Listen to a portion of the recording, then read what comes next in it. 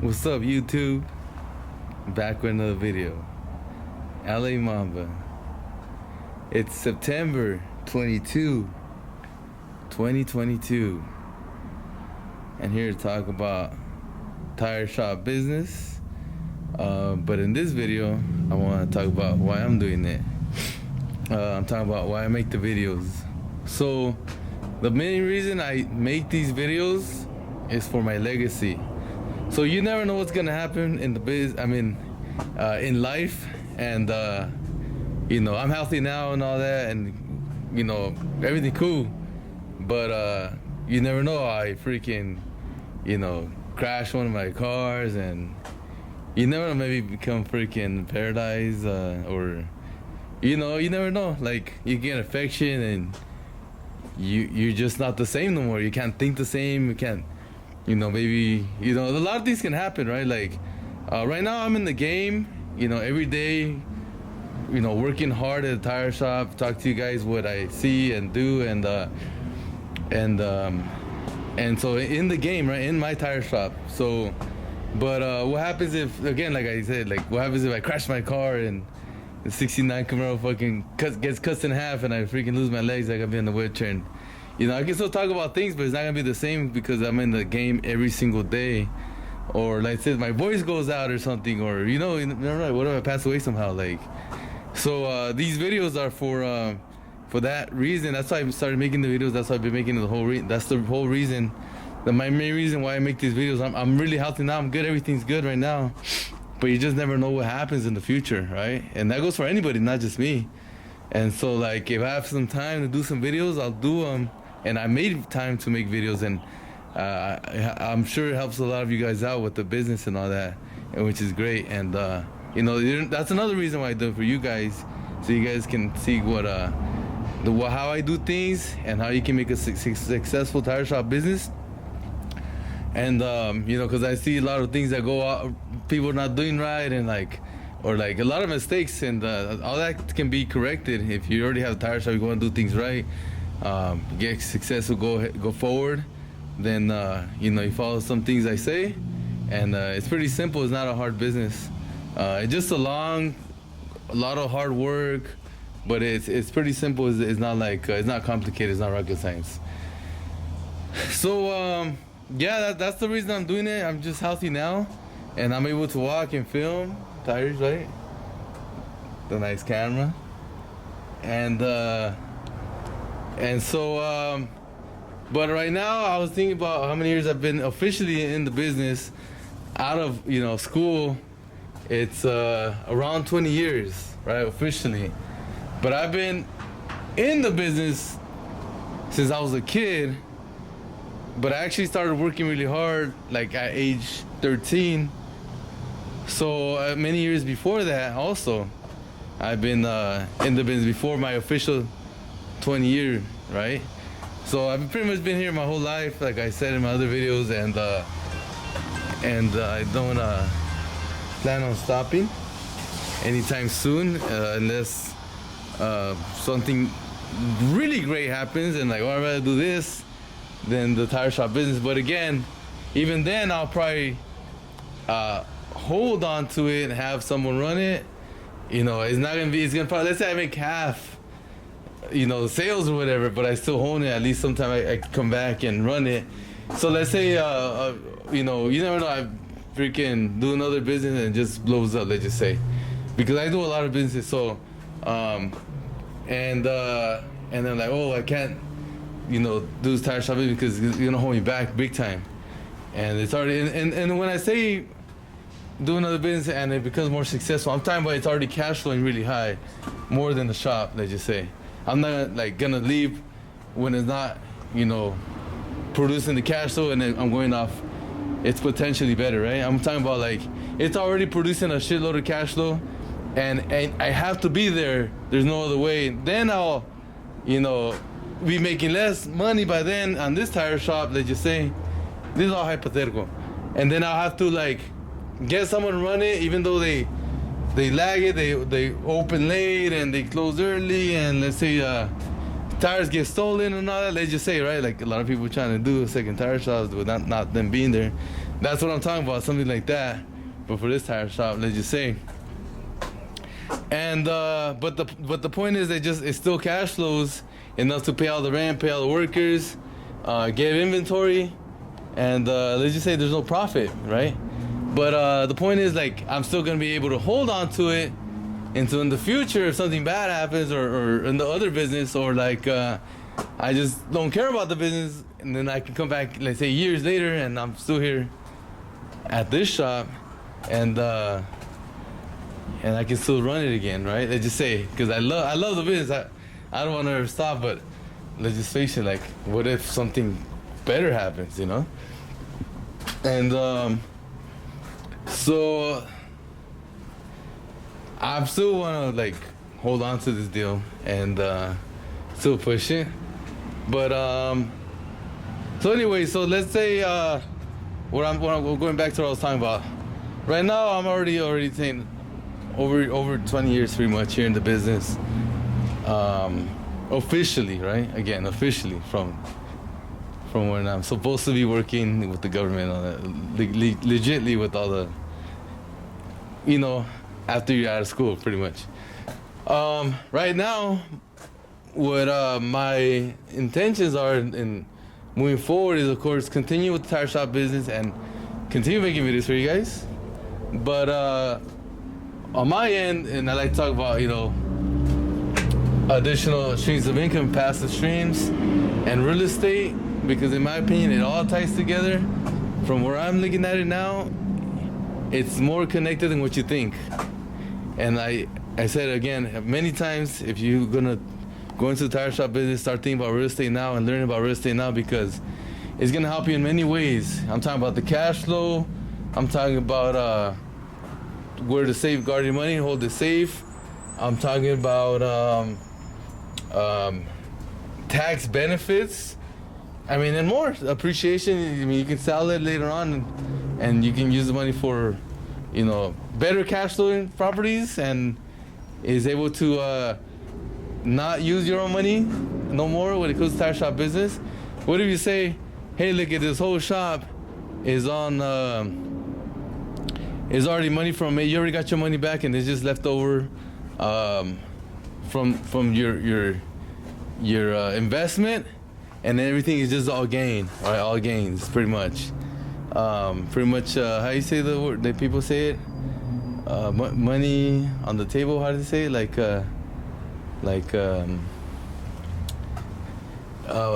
Playing money, or what is it called? What people say it? Anyways, but the point is, like, it's not your money in already. It's just already, like, all your freaking profits, and you already got your money back. You can put it back into to another deal, right? Like, and again, I like to talk about properties, and go, you know, grow from there. So for me, what I'm saying is that I you know, been working on this deal right now.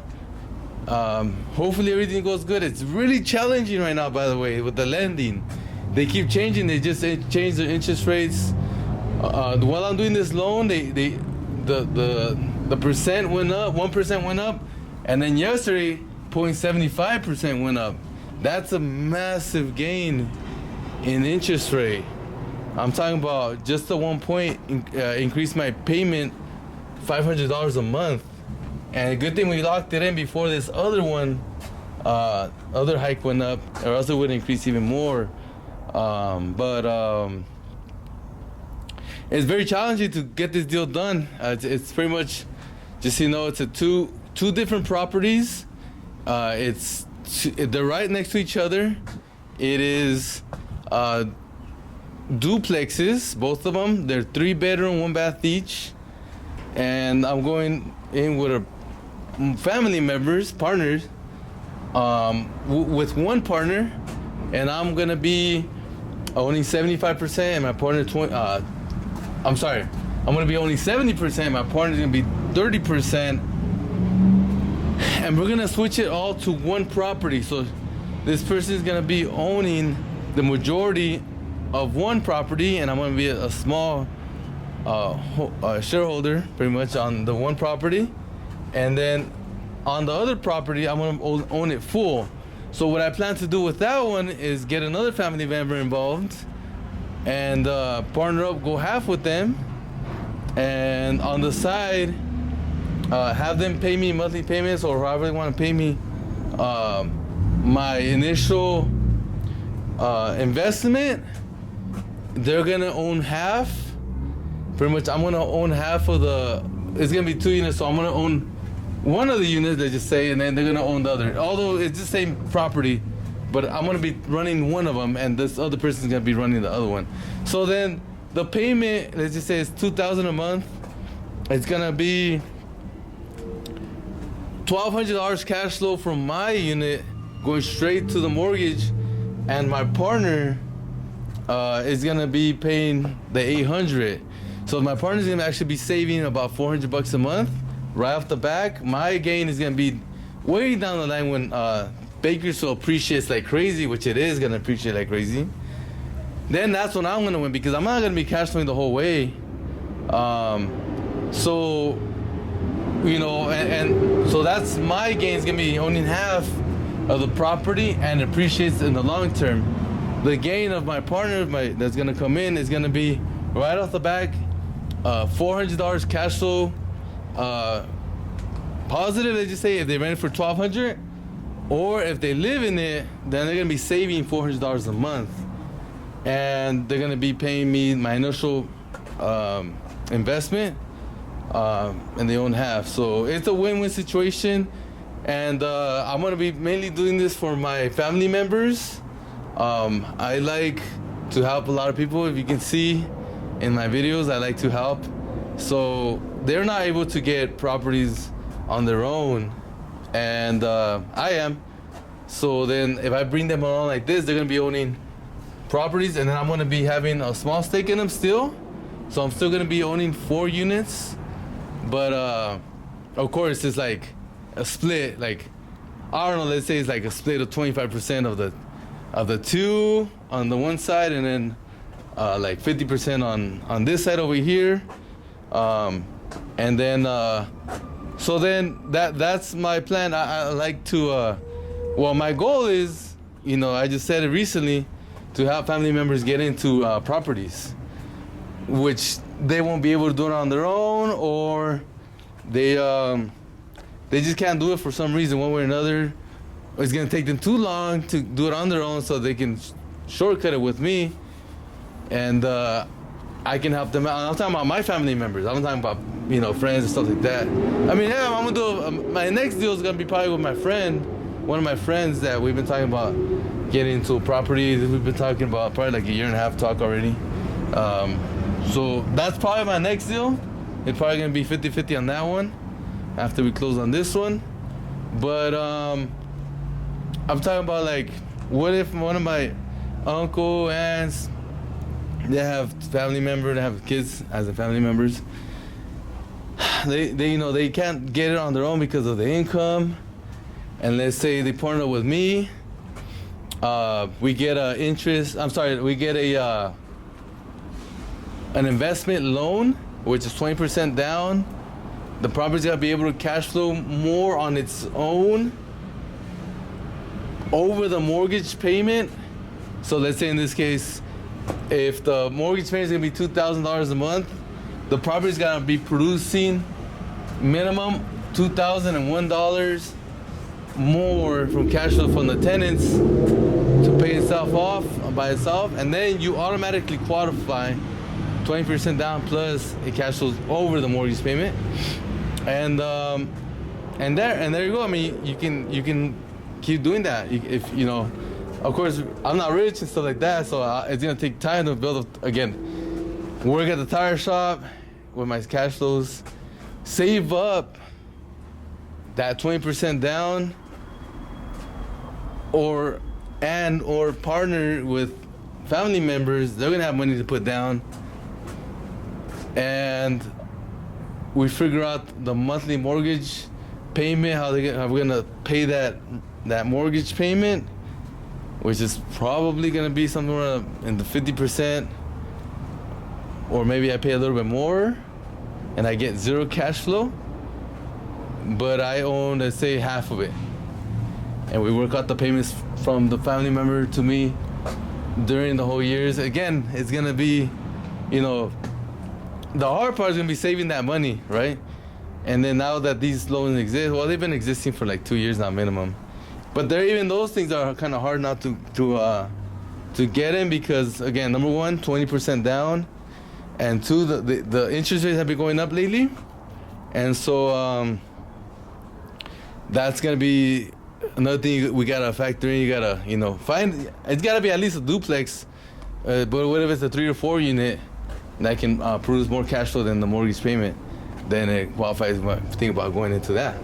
But again, there's gonna be more amount of money because it's gonna be costing more the property. So you gotta see what you're looking for. So that's why I like to go further away from here, because right here is very expensive. So you gotta be going, I don't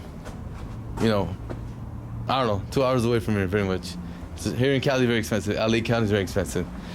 Another one of my deals right now, I tried to sell with my hometown property I bought like 3 months ago. It didn't go through, so I am most likely just gonna keep it.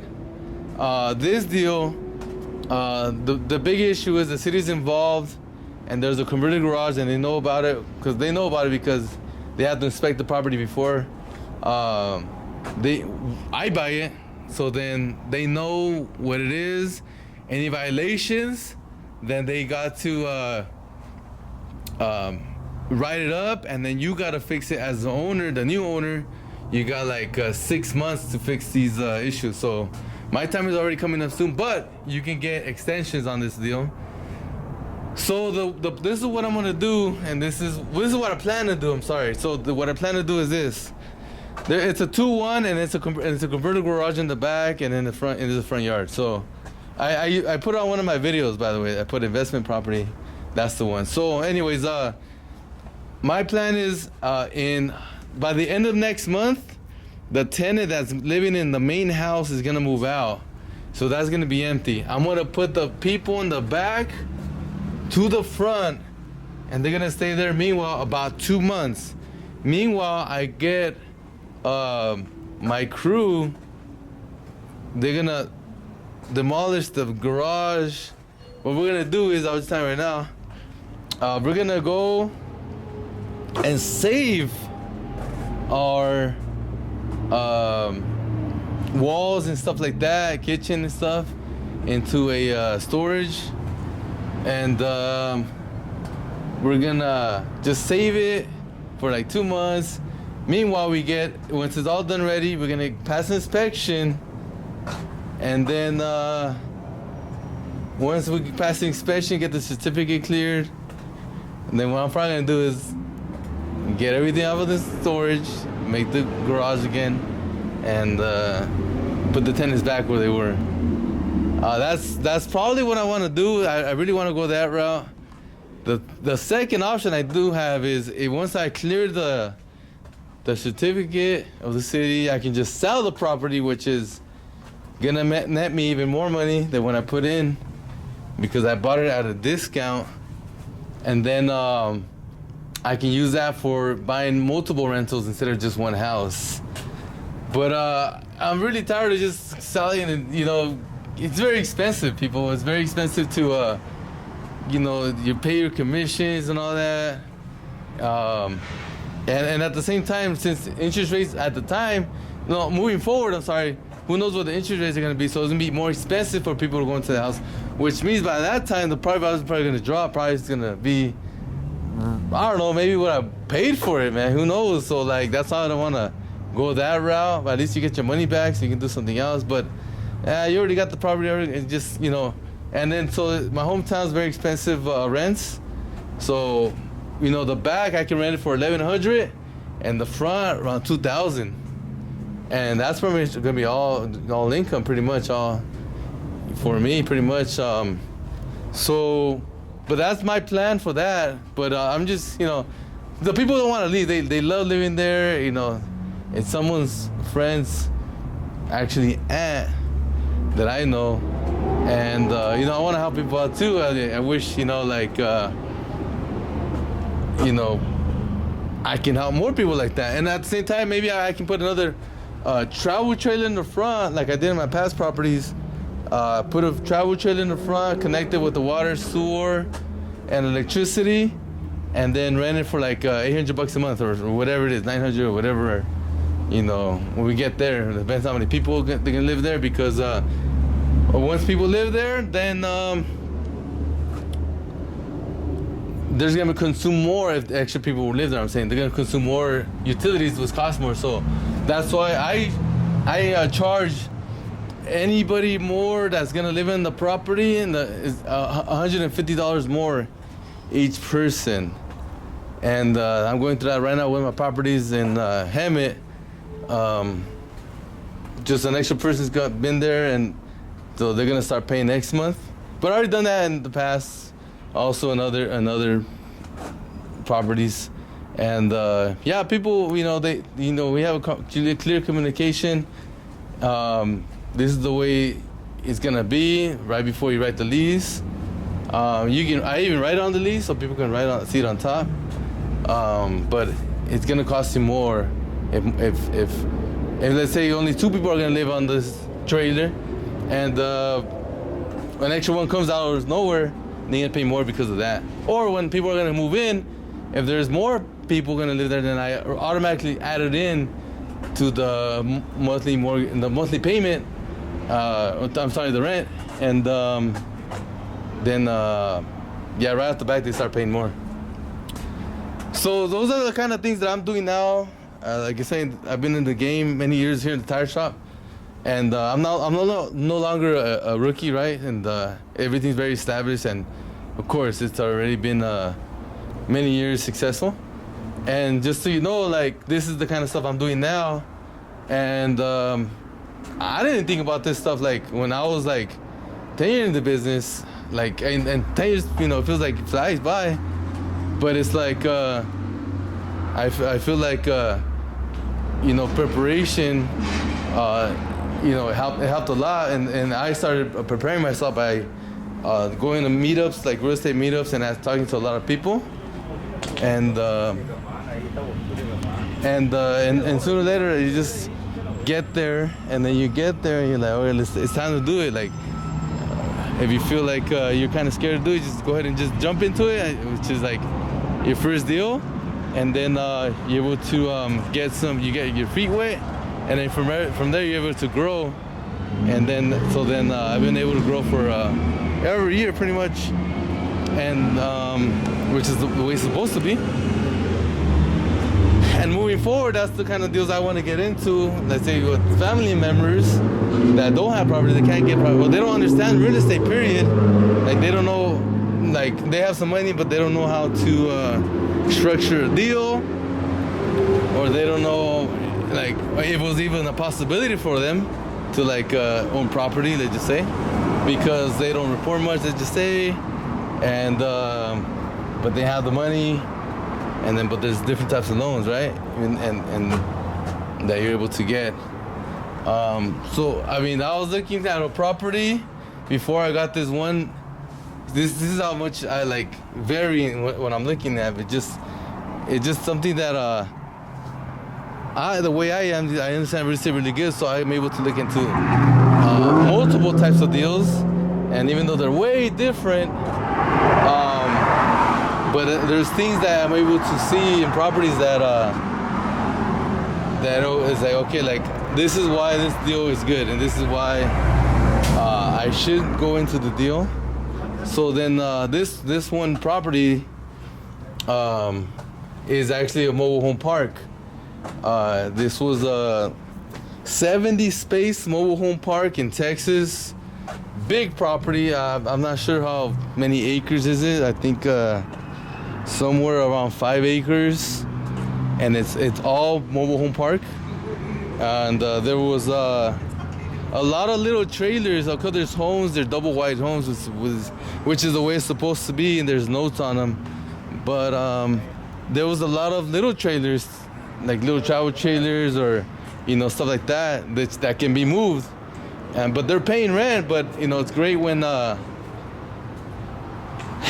you're there and you can see them. And I mean, things have changed. You can always go on your iPhone and do FaceTime, and we'll have the the manager walk the property and see how many trailers there is and stuff like that, and the numbers better add up. But it's just a way different thing. But anyways, you can make it happen, right? So that one, I tried to get into it, and they didn't take my offer. So I just moved past it because I just felt like the numbers they were giving me and what it was costing, it just didn't add up. So I pretty much made an offer on what I think the number should be, and they didn't offer it. They didn't take it. I'm sorry. And then I just moved past on that, and then I was like, all the bullshit I'm gonna go through, owning that thing, I'm just gonna pass. I'm not willing to pay more. But the scary thing about that one was that you know, collecting from those little trailers, those guys, they all pay cash. You know, most people, I mean, that pay a little bit of rent, like the lower income units, they're not really good with banking, the financing, stuff like that, sending money. So they're used to having cash and a property manager going and collecting cash. And then that's the thing I was talking about. I was like, man, it's gonna be bullshit. Like, it's gonna be a lot of bullshit when it comes to collecting that money from the property manager, or you know, hearing their stories, the stories of what the people are saying. And even though that's the way the business is, but it was like, is it worth all the headaches to me? You know, so I was like, I'd rather get to something more, less headaches for now. And that's why I went into this Monty property with less headaches, just less moving parts, and I can see it all the time. I mean, it's always there. I mean, it's close by, what I'm saying. So then, but the point is, like, I would like to get in one of those in the future. I have a small one in North Carolina, and but a bigger one would be a nice, you know, money maker. If you have let's say half of it paid off or something, or you know, something that's not gonna cost you, maybe seller financing that's like not crazy interest, that you're able to negotiate with the seller, and they do the loan for you. They're pretty much the bank, and you're able to make lower monthly payments. So now that thing can cash flow, that would be a great way to go. And then say a family member will be like, oh yeah, I want to do something like that, and we're going in together.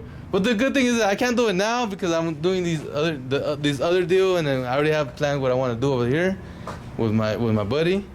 But at least I'm able to look forward and see that I can do that deal, and in the future. And the good thing is I have many years to go. I'm not really old, right? I'm just I've still got a lot of working years ahead of me, and I can still build up the cash.